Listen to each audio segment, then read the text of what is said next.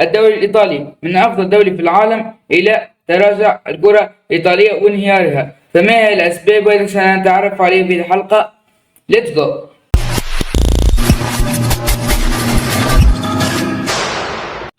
والسلام عليكم شباب. طبعا مش نحكيو على أسباب انهيار الدوري الإيطالي.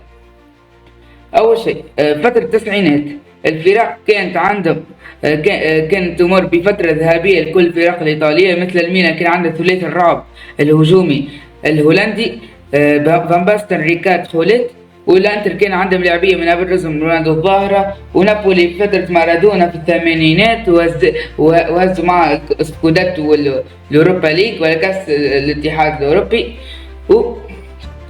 واليوفي ملاعبية زيدان فترة زيدان والملاعبية الأخرين تريزيجيه فترة ملاعبية جيل ذهبي وسامدوريا وما أدراك، وكانت الدوري الإيطالي قوي جدا من أقوى الدوريات في العالم.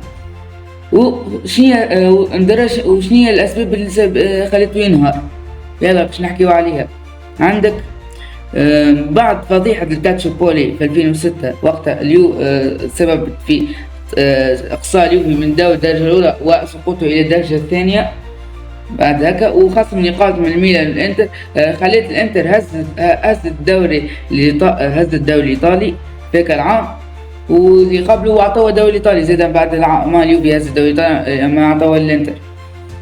ومن بعد هذا الكل صار تراجع في مردود الفرق، والفرق صارت فيها أزمات مالية كما الميلان والإنتر واليوفي، أزمات مالية حادة.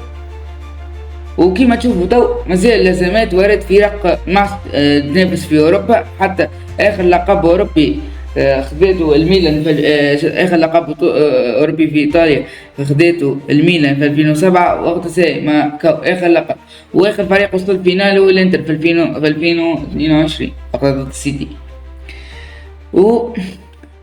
عوامل كثيرة في الانهيار وتراجع الدوري، والتصنيف متاع الدوري تراجع على المركز الرابع في الأوروب، تراجع وأفضل دوريات الخمسة الكبرى ورا من المركز الرابع، والفرق المنافسة ضعفت ياسر، وريت ضعفت ياسر، خاصة أن اليوفي هز 7 سنين على بعضهم صار شوية المستوى طلع في آخر السنين، أما مازال الدوري ماهوش أحسن الدوريات، مشكل الإنجليزي طرف منافسة لآخر جولة.